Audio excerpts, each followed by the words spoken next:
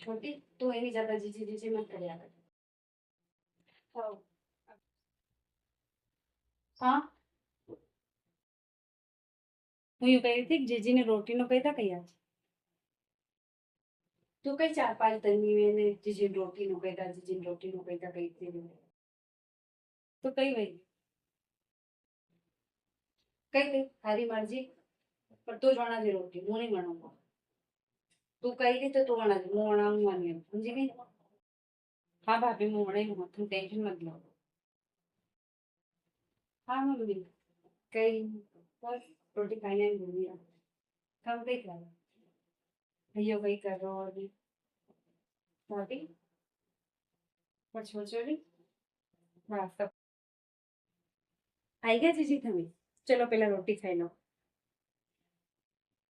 હા ભાભી આવી ગયું હવે તમે તમારું કામ કરો હું તો લઈને ખાઈ લઉં કઈ કામ નહીં જીજી હવે તો અગરો કામ થઈ ગયો બસ હવે તો ફિર यहाँ तुम खाओ मैं बैठी हूँ यहाँ